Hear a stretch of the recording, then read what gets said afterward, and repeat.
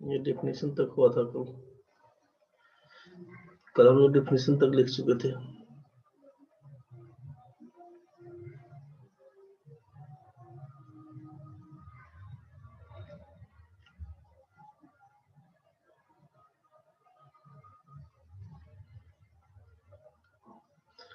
Definition में था आपका कि the different arrangements of a number of things by taking some or all at a time is called permutation. Number of permutations of n things taken r at a time is npr, और npr का formula था ये आपका factorial n by n minus r, n greater than equals to r के। ठीक है। दूसरा point, इसको ये जो फॉर्मूला है ना npr बराबर n by n minus r, इसको बोल देते हैं पहला पॉइंट। ठीक है, इसको बोल देते हैं पहला पॉइंट जो कल लिखे थे, npr बराबर n by n minus r, इसको बोल देंगे पहला पॉइंट। दूसरा पॉइंट में लिखिएगा कि if n equals to r, जब n और r बराबर हो। यहाँ पर तो आपसे बोल दिया कि n हमेशा बड़ा और बराबर रहेगा r के।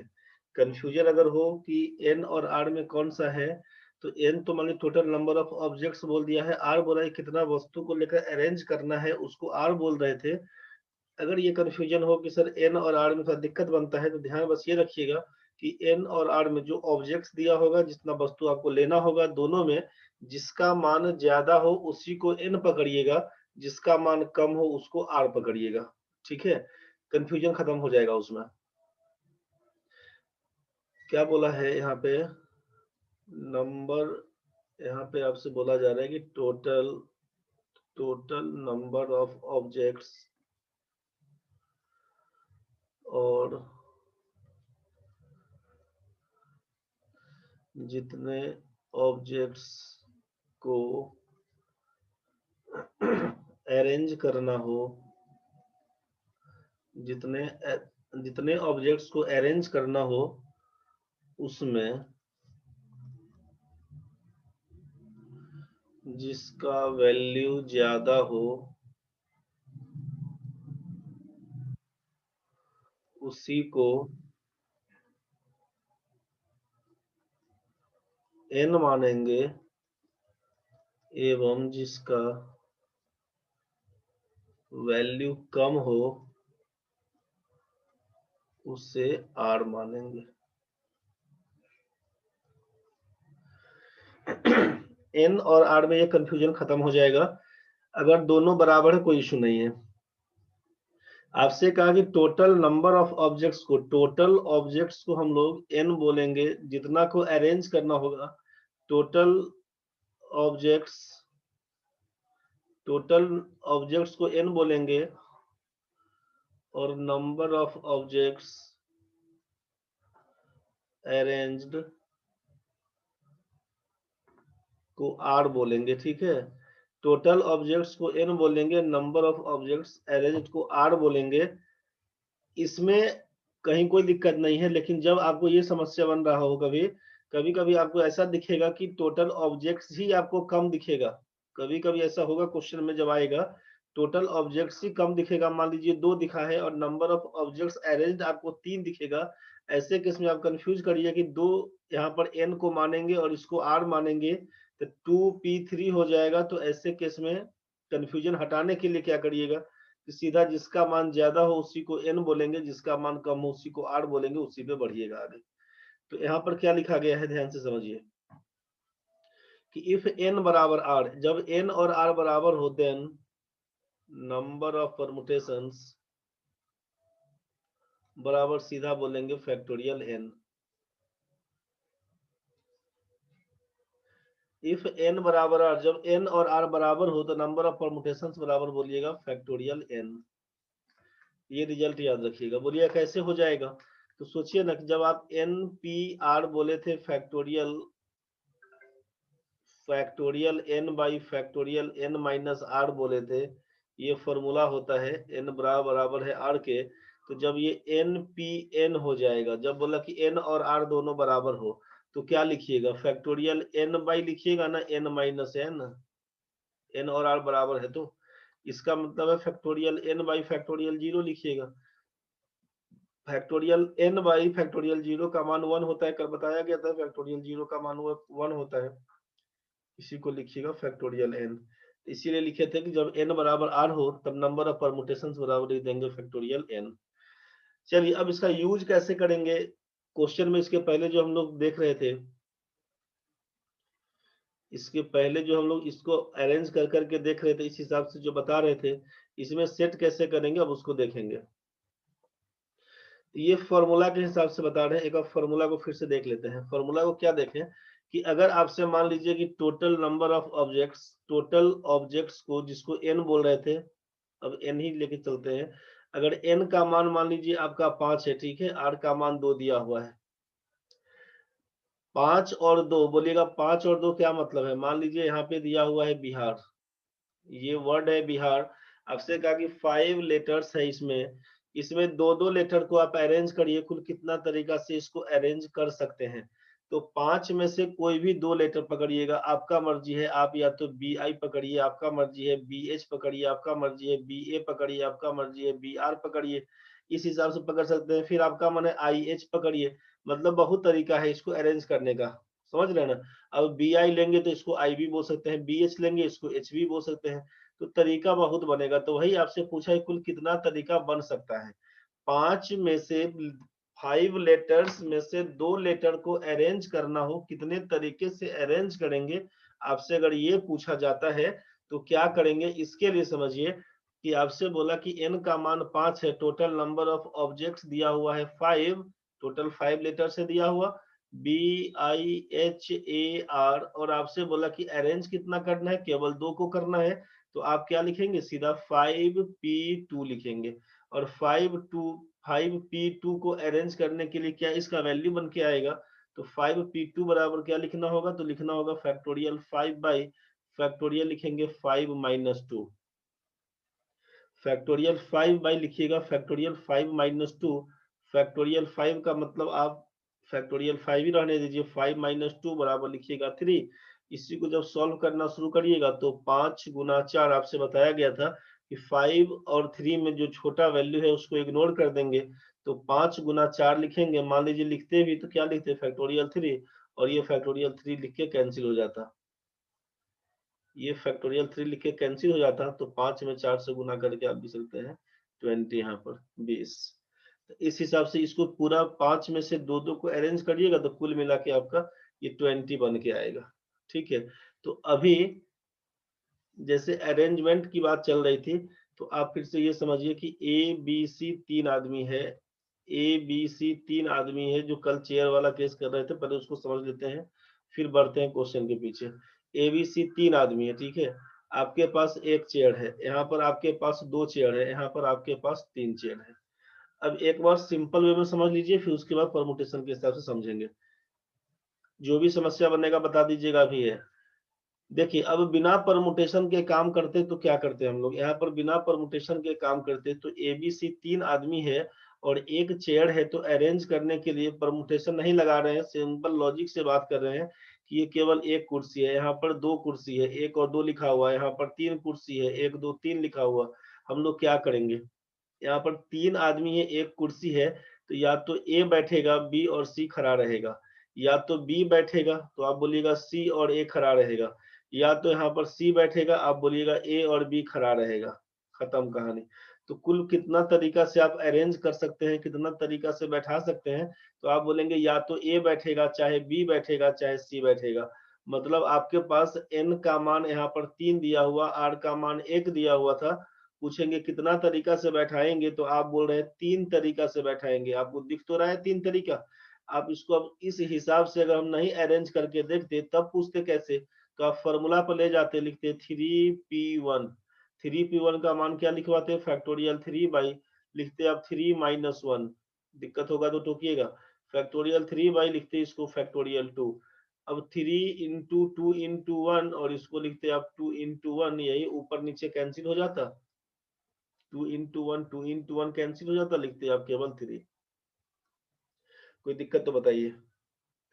आप जरा सोचिए यहाँ की n का मान कितना, तो आप बोलेंगे यहाँ पर n का मान तो 3 है, टोटल नंबर ऑफ ऑब्जेक्ट्स कितना है, ए बी सी 3 है, प्लेसेस कितना है, जगह कितना है, आप बोलिएगा 2 को अरेंज करना है, 3 में से किसी भी 2 को ही अरेंज करेंगे।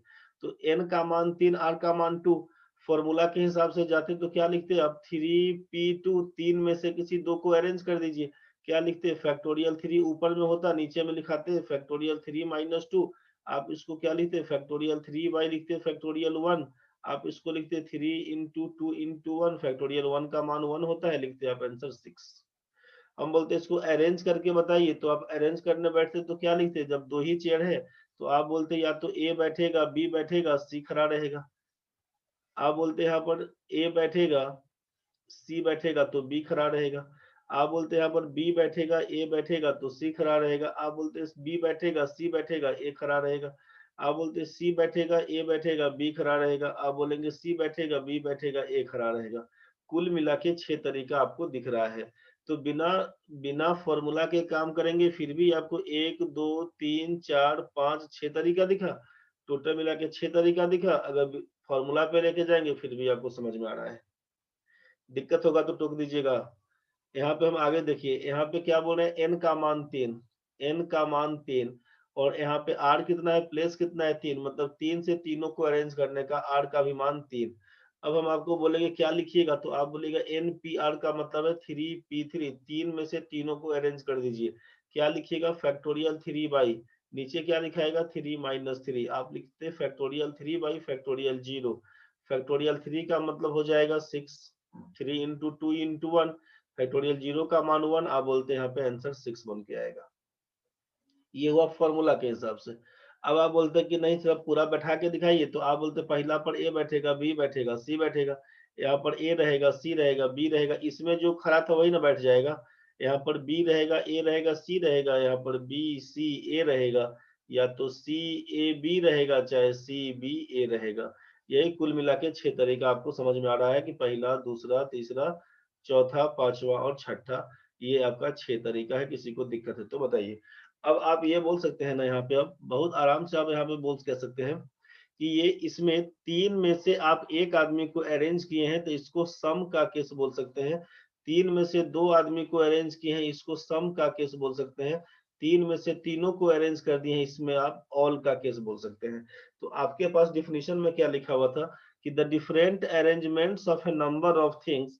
नंबर ऑफ थिंग्स का क्या मतलब कि ए बी सी 3 आदमी, number of things by taking some or all at a time, कुछ को लेकर या सभी को लेकर अरेंज कर दीजिए, वही टोटल अरेंजमेंट को ही परमुटेशन बोलते हैं। तो 3 में से आप 3 में से एक को अरेंज कर दिए, यहाँ पर 3 में से आप केवल 2 को अरेंज कर दिए, यहाँ पर 3 में से आप तीनों को अरेंज कर दीजिए। तो ये पहला वाला हो गया सम का केस, दूसरा हो गया सम का केस, तीसरा हो गया ऑल का केस। मतलब आप सबको लेकर अरेंज करिए तब या कुछ को लेकर अरेंज करिए तब, यही अरेंजमेंट आपका परमुटेशन कहलाता है। पूछा टोटल अरेंजमेंट्स कितना, तो बोलिएगा पहला वाला कहानी में 3 बनेगा, दूसरा वाला में 6 बनेगा, तीसरा वाला में 6 बनेगा। बस यही आपका आंसर है। किसी को दिक्कत अगर है तो अब बोल दीजिए पहले, फिर बढ़ेंगे आगे। चलिए यहाँ पे अब बोला कि 5p1 का मान क्या होगा, 3p2 का मान क्या होगा, 7p3 का मान क्या होगा, 8p4 का मान क्या होगा, 9p6 का मान क्या होगा, और आपसे ये पूछा। ठीक है, अब जरा सोचिए अगर आपसे ये पूछा गया है, करते क्या हम लोग यहाँ पे 5p1 का मतलब समझ में आ रहा है कि फैक्टोरियल 5 बाई फैक्टोरियल 5 माइनस 1 करेंगे। लिखते ऊपर फैक्टोरियल 5 बाई फैक्टोरियल 4, इसी को लिखते केवल 5 into factorial 4 by factorial 4, cancel out हो गए, केवल लिखते आप 5 आंसर।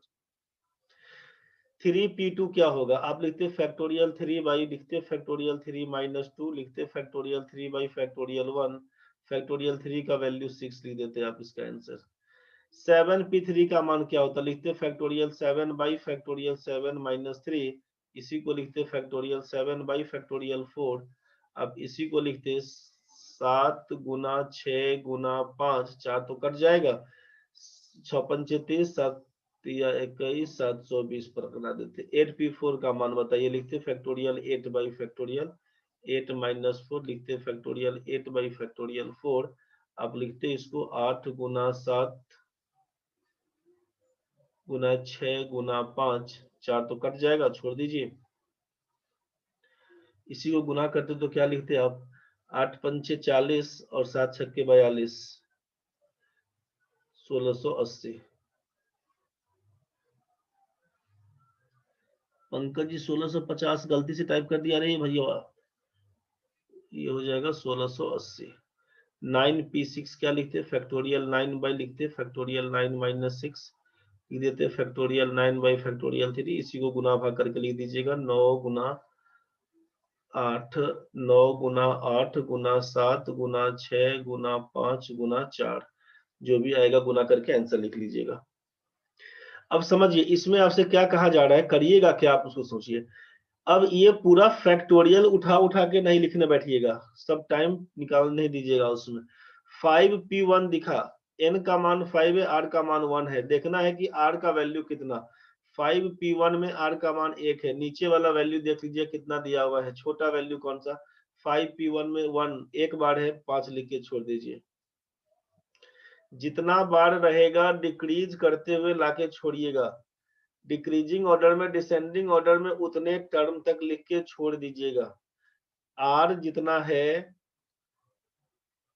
आर का वैल्यू साइड में नोट कर लीजिएगा, ये आप ही लोगों के लिए लिखा जा रहा है। आर का वैल्यू नोट करके साइड में लिख लीजिएगा, ये सब लिखल नहीं रहेगा कहीं पर, कहीं किताब में ये सब बात नहीं लिखल रहेगा। ये बनाते बनाते प्रैक्टिस का चीज है, दिमाग में आएगा कि कैसे हम लोग सॉर्ट कर लेंगे, बस ये सब चीज नहीं लिखा रहेगा किताब में कहीं। आर का वैल्यू जितना हो, जितना हो उतने टर्म तक डिक्रीज करके, दैट इज डिसेंडिंग ऑर्डर में लिखेंगे, डिक्रीज करके लिखेंगे। क्या मतलब बनेगा इसका, डिक्रीज करके लिखेंगे। आपको केवल ये सोचना है कि आर का मान यहाँ पर 1 है, 5 को एक ही बार डिक्रीज करेंगे, तो 5 को एक ही बार डिक्रीज क्या करेंगे, 5 लिख के छोड़ देंगे, खत्म कहानी। 3p2, 3 को 2 बार डिक्रीज करेंगे, 3 लिखेंगे, उसके बाद 2 टर्म तक, आर का वैल्यू जितना हो उतने टर्म तक, आर का मान 2 है, 2 टर्म तक, 3 को डिक्रीज करिए 2 टर्म, 3 लिखिए 2 लिखिए, बस 3 गुना 2 बराबर 6, यही आपका आंसर है। 5p1 एक टर्म तक केवल 5 लिख के छोड़ दीजिए, वही आंसर है। 7p3, 7 को डिक्रीज करिए 3 टर्म तक, क्या क्या लिखिएगा, 7 लिखिएगा, 6 लिखिएगा, 5 लिखिएगा, 7 छक्के 42 पंचे 210 लिख के आंसर छोड़ दीजिएगा, 210 आंसर। 8p4, 8 को डिक्रीज करिए कहां तक, 4 टर्म तक, 8 लिखेंगे, 7 लिखेंगे, 6 लिखेंगे, 5 लिखेंगे, 8 लिखेंगे, 7 लिखेंगे, 6 लिखेंगे, 5 लिखेंगे, गुना करके क्या लिखेंगे, 1680। 9p6, 9 को डिक्रीज करिए कहां तक, 6 टर्म तक, 9 लिखिएगा, 8 लिखिएगा, 7 लिखिएगा, 6 लिखिएगा, 5 लिखिएगा, 4 लिखिएगा, 4 2 6 टर्म तक हो चुका है, बस लिख के आंसर छोड़ दीजिएगा, गुना भाग करके देखिएगा, जो आएगा आपका आंसर हो जाएगा। दिक्कत अगर है तो बता दीजिए। यहाँ तक समझ में आ चुका होगा किसी को, यहाँ तक में किसी को दिक्कत है भाई? जब कभी सॉल्व करना होगा आराम से सॉल्व कर लेगा तुम लोग।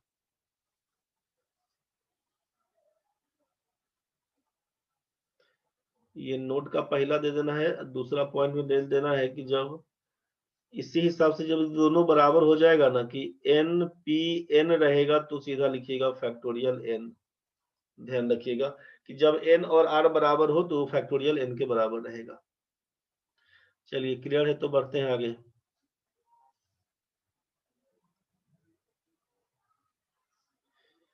एक तीसरा पॉइंट भी डाल दीजिए उसका। किसका तीसरा पॉइंट, इसका।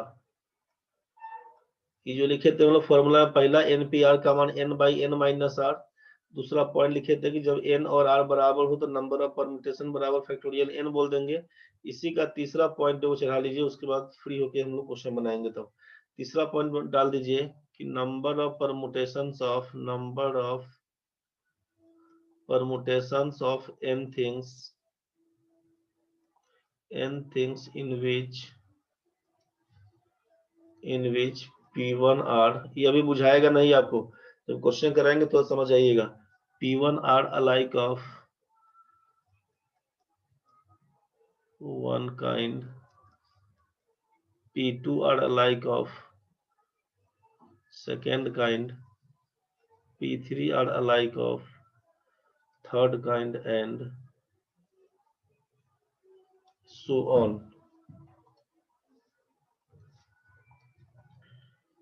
Then number of permutations बराबर factorial n by factorial p1 factorial p2 factorial p3 dot dot.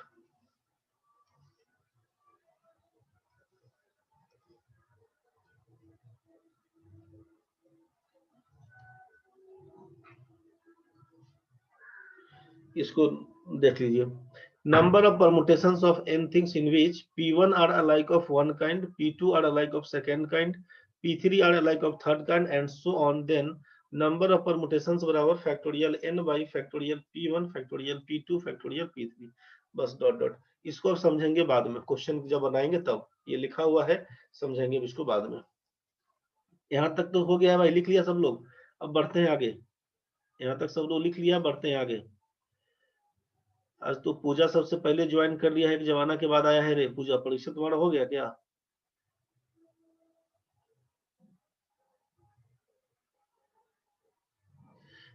चलिए, अभिषेक भाई बीच में बहुत दिन गायब हो गए थे। चल भाई देखो, आगे बढ़ो। अब ये क्वेश्चंस में आप ये समझिए, क्वेश्चंस में क्या दिया रहेगा।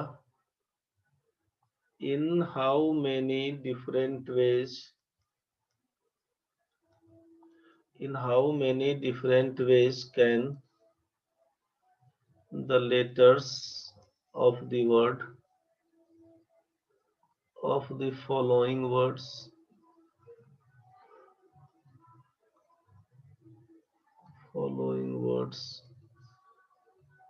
be arranged? In how many different ways can the letters of the following words be arranged? आपसे कहा कि नीचे दिए गए जितना भी वर्ड है उसके लेटर्स को कितना तरीका से अरेंज कर सकते हैं। किस वर्ड को तो अब दे रहे हैं यहाँ पे। यहाँ पे दिया हुआ है ए, यहाँ पे दिया हुआ है बी, यहाँ पे दिया हुआ है सी, यहाँ पे दिया हुआ है नियर, यहाँ पे दिया हुआ है लवली। जिसका नाम होगा दिल पे नहीं लेना तुम लोग। आगे चलो, यहाँ पे दिया हुआ है मशीन, यहाँ पर दिया हुआ है डिटेल, यहाँ पे दिया रहेगा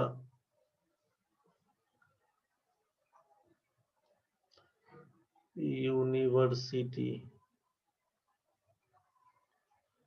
यहाँ पर दिया है मिसी सीपी, यहाँ पर दिया हुआ है examination,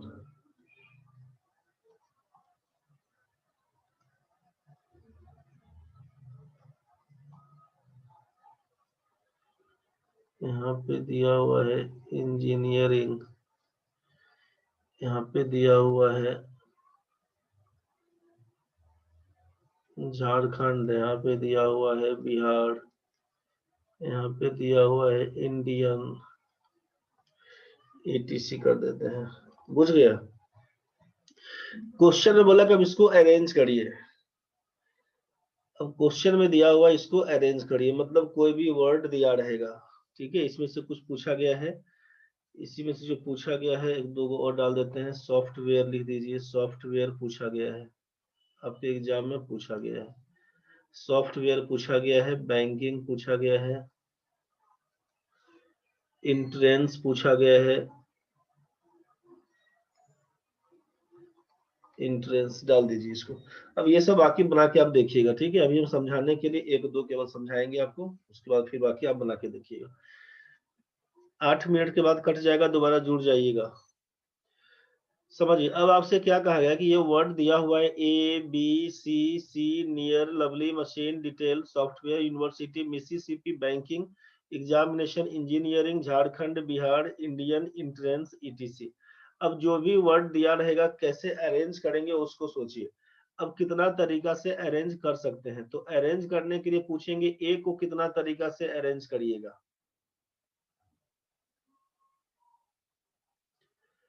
Pankaj ji all at A time का केस है, जब कुछ नहीं बोला है आपसे सम और ऑल का केस, जब सम बोलता ना तो बोलता कि दिए गए लेटर्स में से दो लेटर्स को आप अरेंज कर दीजिए। जब कुछ नहीं दिया हुआ है इसका मतलब ऑल का केस चलेगा। In how many different ways can the letters of the following words be arranged, कुछ नहीं बोला है, इसका मतलब है कि जो भी दिया हुआ वर्ड रहेगा उसका सभी लेटर्स को आपको अरेंज करना होगा। अगर ये कह दे कि इसमें से 2 लेटर्स को अरेंज करिए, 5 को अरेंज करिए, तब आप वैसा करते, नहीं तो सबको लेके अरेंज करना पड़ेगा। चलिए पहला पकड़ते हैं ए, तो ए को क्या करिए, केवल एक ही तरीका ए से अरेंज करिएगा।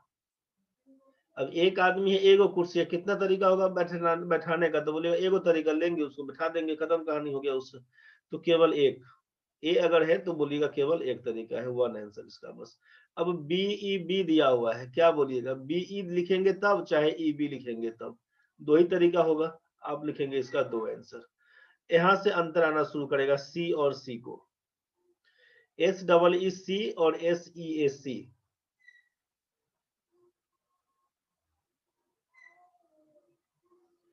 एस ई ए सी और यहाँ पे दिया है एस ई ई सी, ये दो है,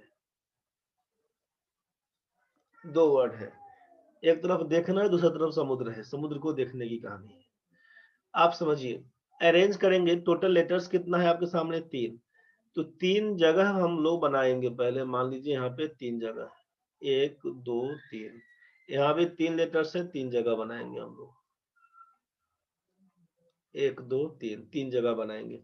अब अरेंज कैसे करेंगे, एस ई ए को आप जरा सोच के बताइएगा, सी लिखा हुआ है, क्या लिखेंगे, एस ई ए सी, कोई नियम कानून नहीं, लॉजिकली जैसे बनाते थे वैसे सोचिएगा, एस ई ए लिखेंगे तब, एस ए ई से अरेंज करेंगे तब, ए ई एस लिखेंगे तब, ए एस ई लिखेंगे तब, अब ई ए एस लिखेंगे तब, ई एस ए लिखेंगे तब, ये कुल मिला के 6 तरीका से आप इसको अरेंज कर लेंगे। 3 लेटर से 3 प्लेस है, कुल मिला के 6 तरीका आपको दिखा। अब ये एस ई ई है, सोचिए एस लिखिए, ई लिखिए, ई लिखिए, अब इस जो राइट साइड है उसको तो लेफ्ट में लाना पड़ेगा, सोच के देखिएगा एक मिनट के लिए। अब एस ई ई है तो इसको अरेंज करने में थोड़ा सा दिक्कत बन रहा है कि हम ये कंफ्यूज कर जा रहे हैं कि इसको लिख रहे हैं इस वाले को कि इस वाले को, तो हम नंबरिंग कर देते हैं यहाँ पे कि इसको अगर 1 लिख देते हैं, इसको हम 1 लिख देते हैं, इसको 2 लिख देते हैं, तब तो कर ही सकते हैं।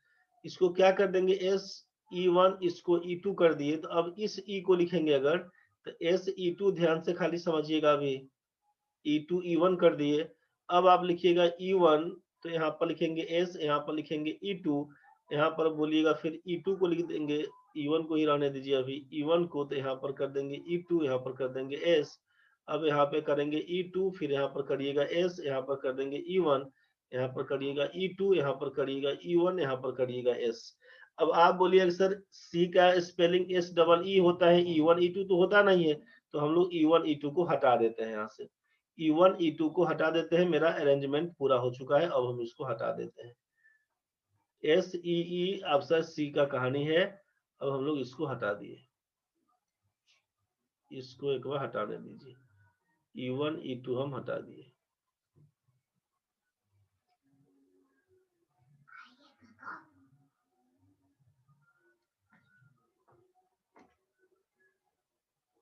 चलिए अब आप जरा देखिए कि हम इसको हटा दिए, अब हटा दिए तो आपसे हम पूछेंगे कितना, यहाँ पर तो आप different arrangements, in how many different arrangements, समझिएगा हाउ मेनी डिफरेंट अरेंजमेंट्स, विभिन्न तरह का पूछा है, सेम अरेंजमेंट तो नहीं था, यहाँ पे था डिफरेंट अरेंजमेंट, तो आप बोलिए कुल मिला के 6 अरेंजमेंट है डिफरेंट, पहला वाला में 6 आंसर हुआ था।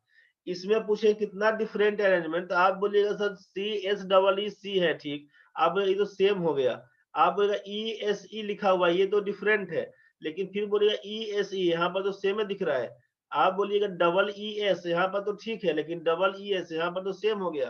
तो डिफरेंट अरेंजमेंट्स इसमें पूछेंगे तो आपको बोलना होगा कि एगो तो हमको एस डबल ई दिख रहा है, दूसरा हमको ई एस ई दिख रहा है, तीसरा हमको EES दिख रहा है, तीसरा हमको EES दिख रहा है। कुल मिला के अगर पूछेंगे डिफरेंट अरेंजमेंट्स कितना, तो आप यहाँ पर बोल रहे हैं केवल 3 डिफरेंट अरेंजमेंट्स है। डिफरेंट अरेंजमेंट्स कितना है, तो बोलेंगे केवल 3। दिक्कत है तो बताइए। ये समझ में आया होगा आपको। यहाँ पर हम चूंकि पहले E1 E2 इसलिए लिख दिए कि हम ये कंफ्यूज कर रहे थे कि हम इसको लिख रहे हैं लेफ्ट वाले को कि राइट वाले को, इसमें कंफ्यूजन था, इसीलिए E1 E2 कर लिए। E1 E2 करके हम पहले पूरा अरेंज कर दिए, अब हम E1 E2 हटा दिए। अब बोले कि अब चेक करिए, एक बार इस ई को रखे, एक बार उस ई को रखे, ऐसा करते करते किए, टोटल मिला के 6 बार आया। लेकिन डिफरेंट अरेंजमेंट की बात करेंगे तो इसका देखिए रिपीटेशन था, इसका देखिए हम लोग रिपीटेशन था, इसका देखिए रिपीटेशन था, तो 3 गो को हटा दिए, तो हमको समझ में आया कि डिफरेंट अरेंजमेंट का केस करेंगे तो कुल मिला के 3 ही बन के आएगा। ये बात समझ में आया? अगर है दिक्कत तो बोलिए। तो इसमें कौन सा रूल काम करेगा, इसमें कौन सा रूल काम करेगा, तो इसमें पहला वाला जो कहानी था अपने पास कि टोटल लेटर्स को काउंट कर लेंगे। यहाँ पर 3 दिया हुआ है, n का मान 3 है और r का मान कितना, तो r का मान भी 3 है। 3 लेटर है तो 3 जगह चाहिए अरेंज करने के लिए। आप क्या लिखेंगे, 3p3 लिखेंगे, और 3p3 का मतलब फैक्टोरियल में 3 लिखना होता है। npn का मान आप देख लिए थे, npn का मान फैक्टोरियल n हुआ था, जो दूसरा पॉइंट लिखवाए थे वहां से। दूसरा पॉइंट जो आप लिखे थे, दूसरा पॉइंट जब n और r बराबर हो तो नंबर ऑफ परमुटेशन बराबर फैक्टोरियल n होता है। बस इसी का यूज करके हम लोग लिख लिए थे यहाँ पर, इसी का यूज करके फैक्टोरियल 3p3 का मतलब फैक्टोरियल 3, और फैक्टोरियल 3 का मान 3 दूना 6 होता है। बस यही आपका आंसर है। आप बोलेगा इसको 3 टर्म तक लिखिए ना, तो क्या लिखते, 3 इंटू 2 इंटू 1, तो यही ना 6 बन के आता। कंफ्यूज नहीं करिएगा आप इसमें। अब बोलिएगा इसमें लिखाइए, इसमें क्या करेंगे, अरे भाई n का मान तो 3 है ही, यहाँ भी r का भी मान यहाँ पर 3 है, लिखेंगे 3p3, कोई दिक्कत नहीं है, लिखेंगे इसको 3p3 लिखेंगे।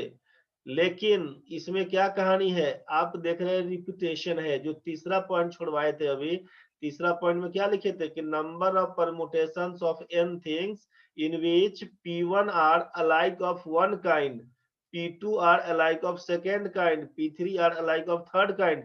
मतलब एक ही लेटर्स का बार बार रिपीटेशन हो, ऐसे केस में टोटल नंबर ऑफ ऑब्जेक्ट्स को जोड़ लेते हैं, काउंट कर लेते हैं।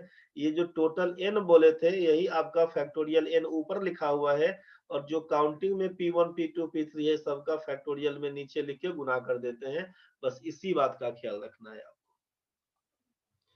तो अब इसमें कैसे इसका यूज करेंगे, तो यूज बस ये करना है कि आपको देख लेना है कि 3p3 तो नियम